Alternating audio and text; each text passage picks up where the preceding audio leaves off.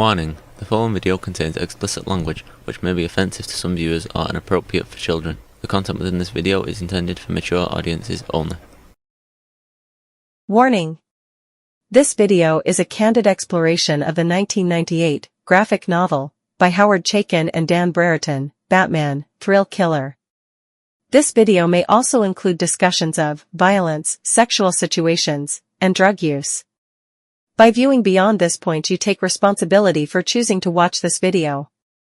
All views expressed in this video are mine alone, and do not reflect any person or people, or any group or groups. Thank you, and please have a great day.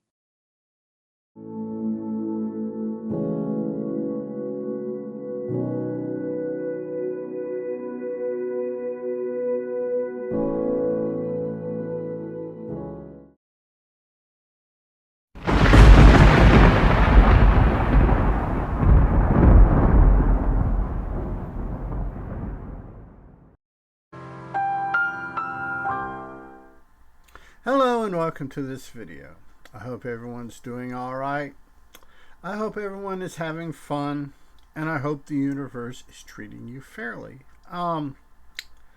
Today's video we are going to be looking at the graphic novel from 1998 called Batman Thrillkiller. Here's my copy. It's the front, the back.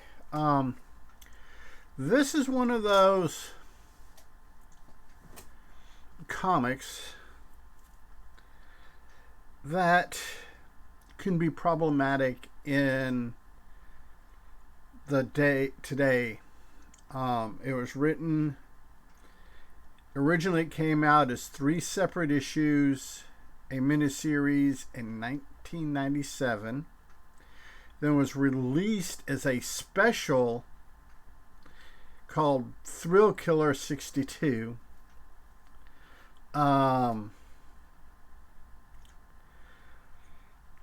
Then it was released as a graphic novel. This, because of the setting being in this graphic novel being in 1961. The author, Howard Chaykin, I hope I'm saying that correctly, Chayken, uses a lot of language that in 1961 was not considered offensive to the LGBTQ plus community. In 2025, it is highly offensive to that community of people. So that there may be some problematic issues. When this comic came out in the late 90s,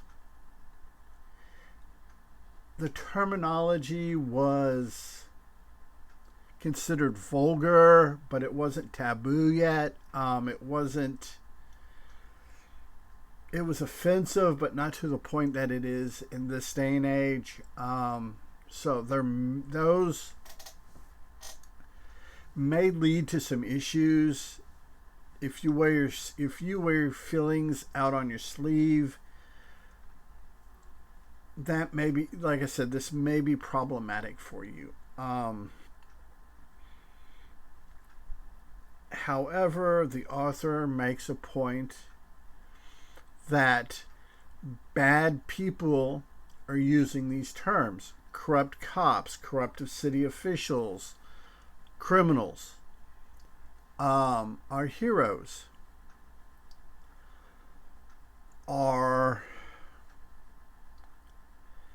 don't use the language. They use more civilized language, more acceptable language. So yeah, and I will tell you from the word go, this is not an Adam West Batman story. Even though it's set in the 60s, It is not. It is dark. Pretty much according to the fan wiki, this takes place. This falls into the DC Elseworlds universe. According to the wiki, the DC database Wikipedia thing, this takes place on Earth 37, not your main continuity of the DC Comics.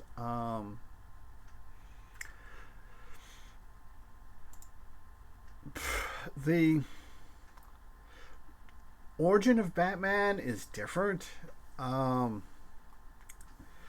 Batman, or Bruce Wayne, I should say, Bruce Wayne, his parents are killed in an alley, just like your standard Batman story. The biggest difference is that Thomas Wayne managed to bankrupt the family.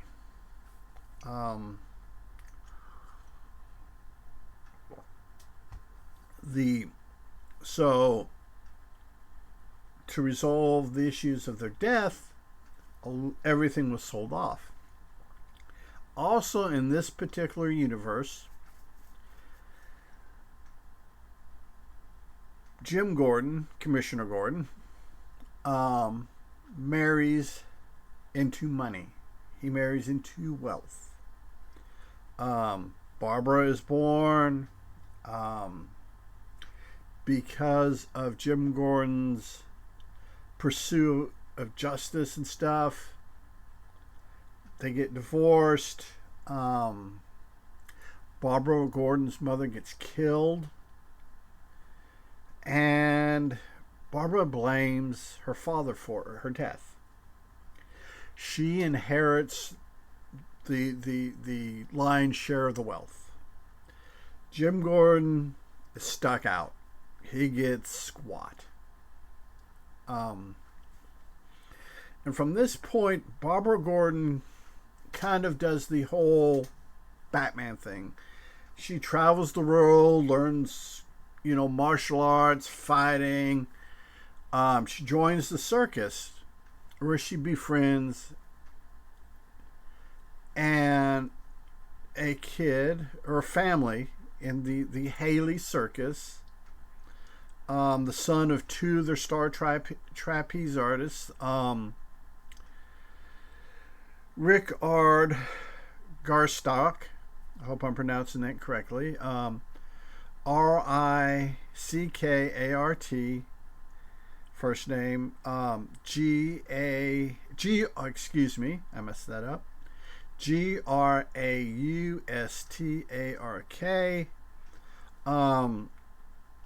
They fall in love. They leave the circus. They return to Gotham City. He changes his name to Richard Grayson. Barbara Gordon becomes Batgirl. Bruce Wayne, however, he became, other than Jim Gordon, Bruce Wayne's the only other honest cop in the Gotham City Police Department. He is there. Him and Jim Gordon are great friends. Before this comic starts, we find out that Jim Gordon tried and failed numerous times to hook up Bruce Wayne with his daughter. And unknown to Jim Gordon, Barbara Gordon has bought the old Wayne Manor and has basically set up her own little Batgirl and Robin thing working out of the cave system underneath Wayne Manor.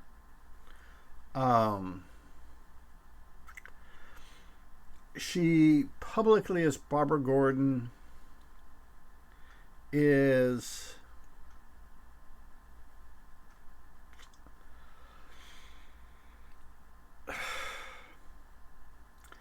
a floozy, does the educated dingbat,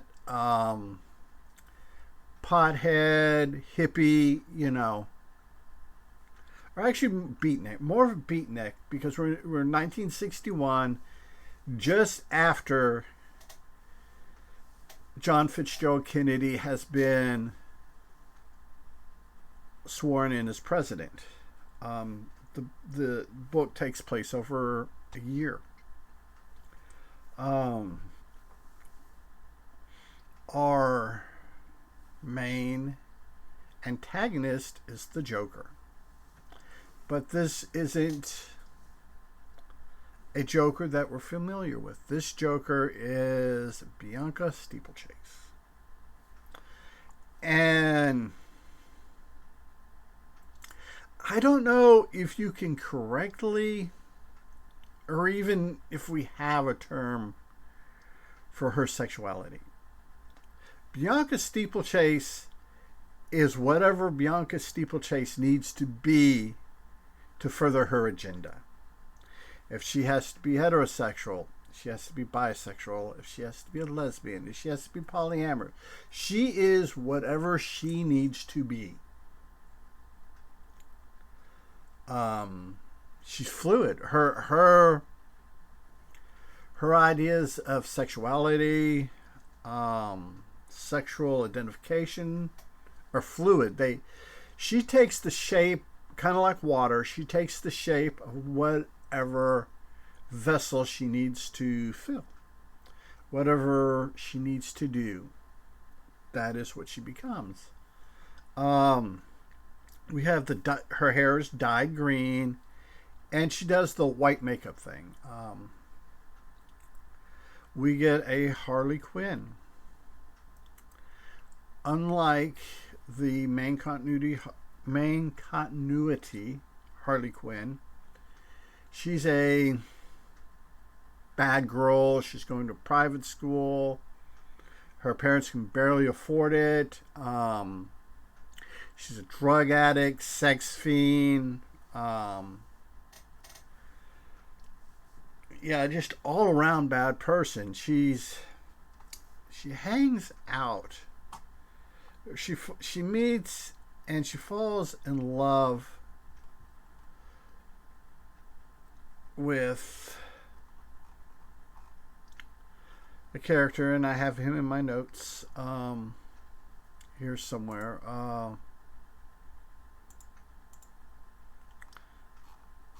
I thought I could remember his name, but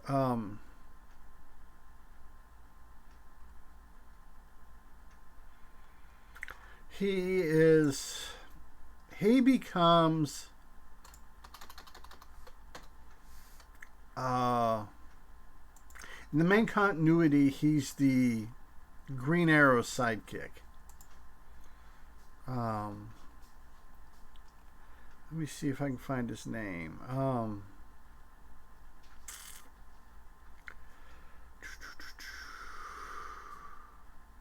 It's Roy something. Well, however, I'll probably think of it when I don't need to know it.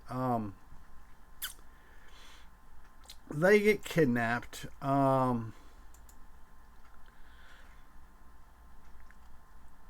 Which leads to them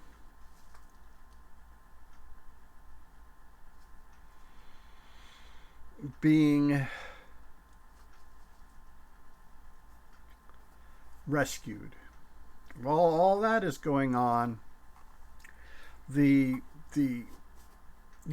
stand-ins for Killer Croc, Two-Face, Harvey Bullock, the way the art's done, you go, oh, okay, that's Two-Face. This one's Harvey Bullock. This one is Killer Croc.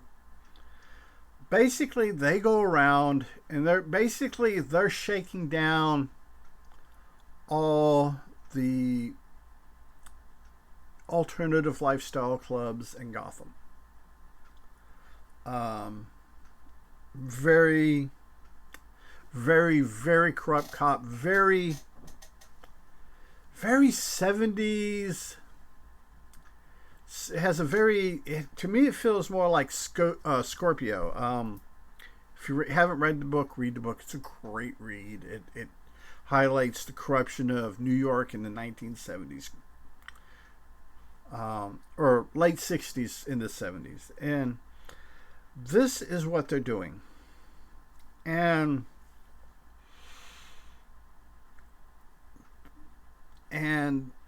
Bianca is kind of, she has these cops on her payroll. She has stuff over the cops. They do shake her place down, but at the same time, she can call on them to do favors for her. And Batgirl and Robin are trying to do what they can to stomp all this out.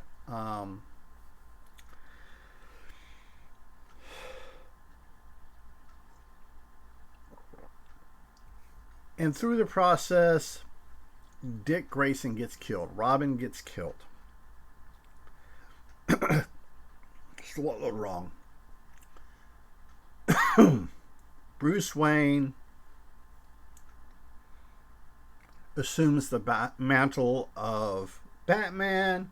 Barbara Gordon becomes Robin. And that's pretty much where it ends. This is a very... Look at this cross section of the novel. This is a very small novel. And you compare it to basically your standard...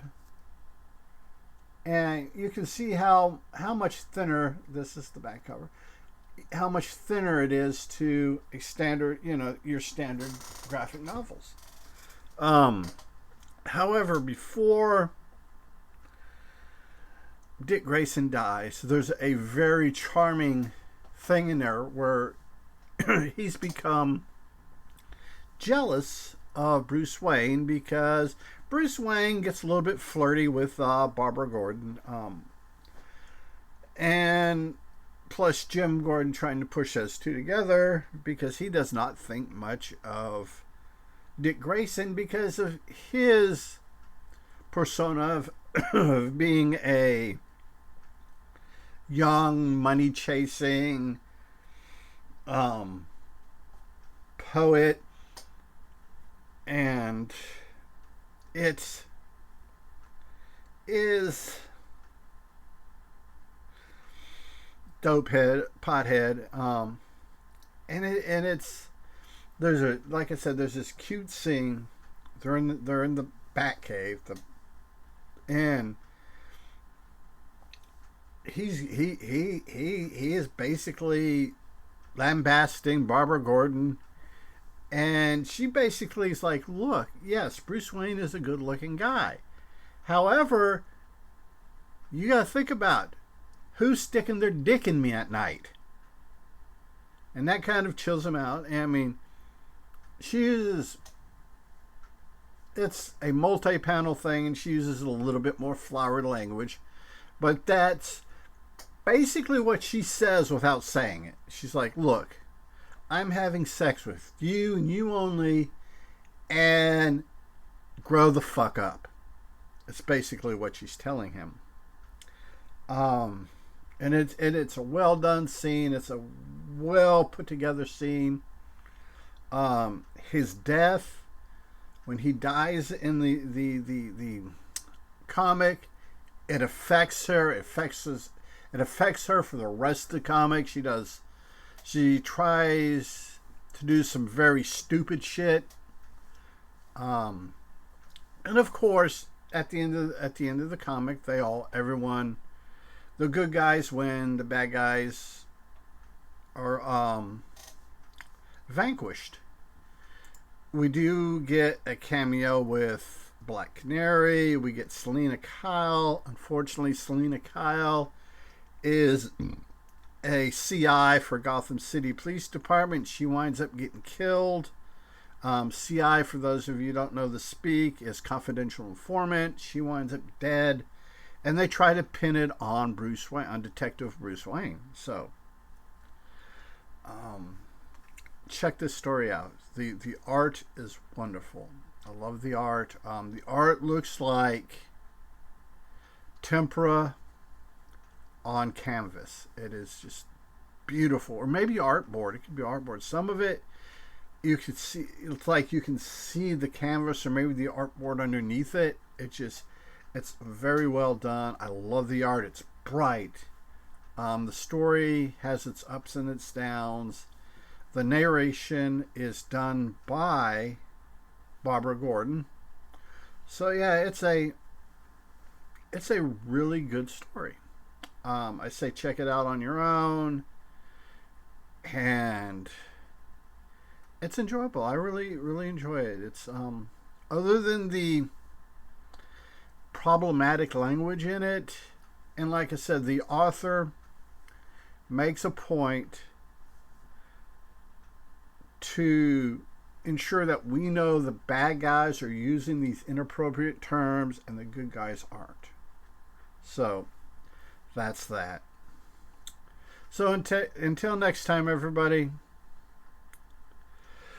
be a good human, be good to other humans. Peace. Hey, it's 10 p.m. Do you know where your children are?